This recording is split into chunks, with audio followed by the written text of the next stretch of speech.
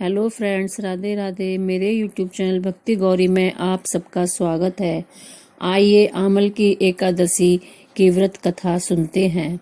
सनातन धर्म में एकादशी का बड़ा ही महत्व बताया गया है। यह एकादशी फाल्गुन मास के शुक्ल पक्ष में आती है। इस एकादशी को करने से मोक्ष की प्राप्ति होती है। इस एकादशी का व्रत करने से धन संपत्ति दुख दरिद्र दूर होते हैं। आइए इसकी कथा का गुणगान करते हैं। यह सूत जी ने 88,000 ऋषियों को संबोधित करते हुए कहा, हे ऋषियों, एक बार की बात है, महान राजा मानधाता ने वशिष्ठ जी से पूछा, हे वशिष्ठ जी, यदि आप मुझ पर प्रसन्न हैं तो ऐसे व्रत की कथा कहिए जिससे मेरा कल्याण हो।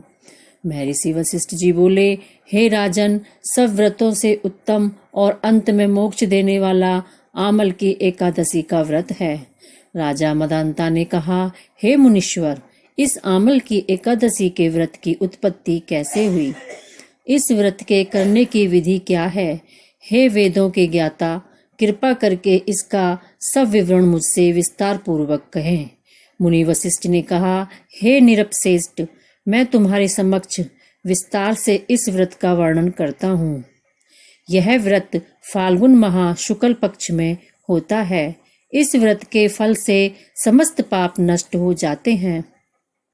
इस व्रत का पुण्य 1000 गौदान के फल के बराबर है। आमल की यानी कि आंवले की महत्ता उसके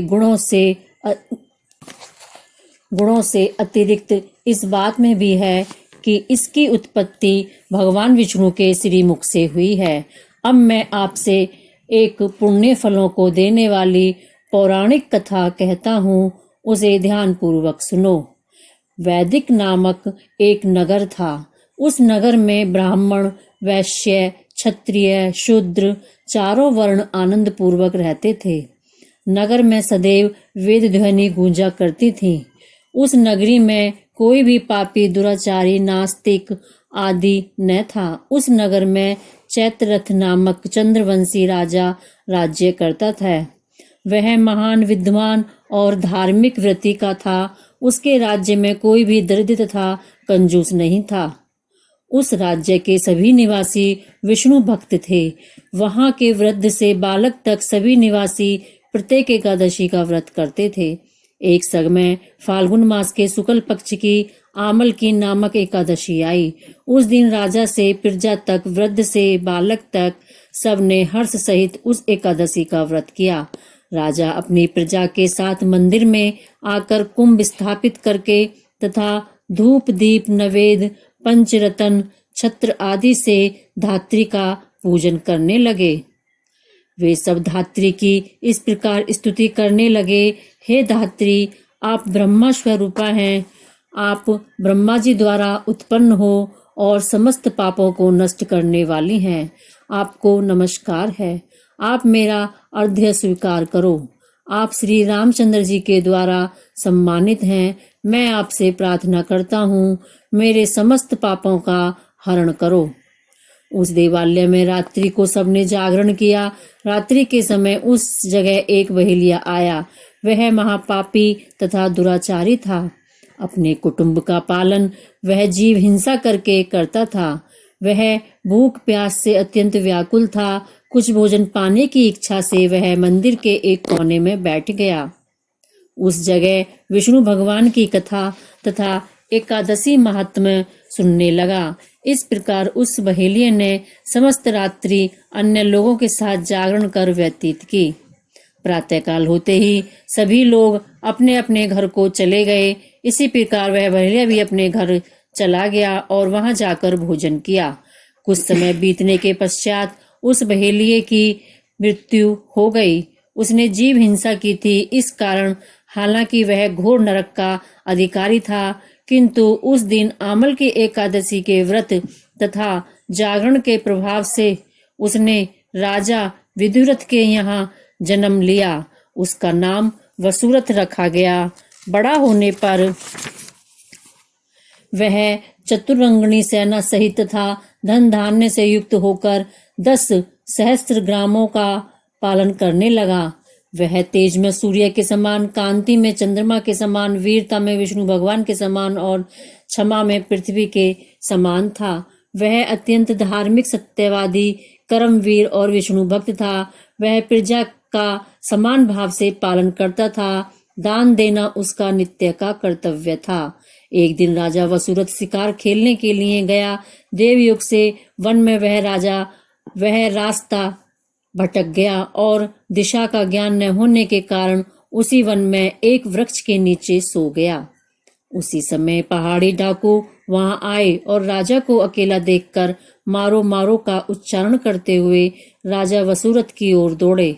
वह डाकू कहने लगे कि इस दुष्ट राजा ने हमारे माता पिता, पुत्र पौत्र आदि सभी संबंधियों को मारा है तथा देश से निकाल दिया। अब हमें इसे मारकर अपने अपमान का बदला लेना चाहिए। ऐसा कहकर वह डाकू राजा को मारने लगे और उस पर अस्त्र शस्त्र का प्रहार करने लगे। उनके अस्त्र शस्त्र राजा के शरीर पर गिरते ही नष्ट हो जाते और राजा को पुष्पों के समान प्रतीत होते थे। कुछ देर बाद विधाता की करनी ऐसी हुई कि उन डाकुओं के अस्त्र शस्त्र उन पर उल्टा प्रहार करने लगे, जिससे वे मूर्छित हो गए। उस समय राजा के शरीर से एक दिव्य देवी प्रकट हुई। वह देवी अत्यंत सुंदर थी तथा सुंदर वस्त्र तथा आभूषणों से अलंकृत थी। उसकी भ्रुकुटी टेढ़ी थी। उसकी आंखों से लाल लाल अग्नि निकल रही थी। वह उस समय काल के समान प्रतीत होती थी। उसने देखते ही देखते उन सभी डाकुओं को काल के गाल में पहुंचा दिया।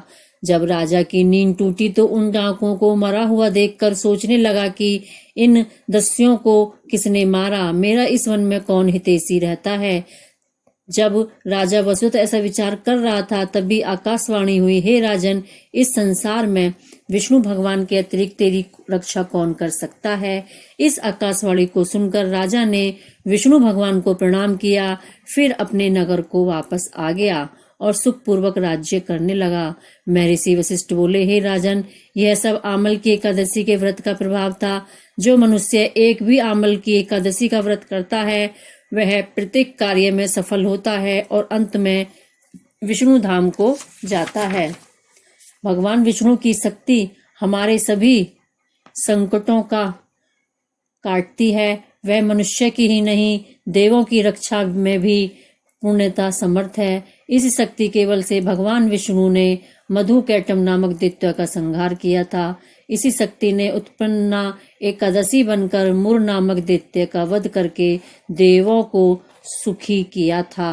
केवल एक बार आमल के एकादशी का व्रत करने वाले बहेलिये को जन्म जन्मांतर तक विष्णु भगवान की कृपा प्राप्त हो रही थी। बोलो राधे राधे, कृष्ण चंद्र भगवान की जय।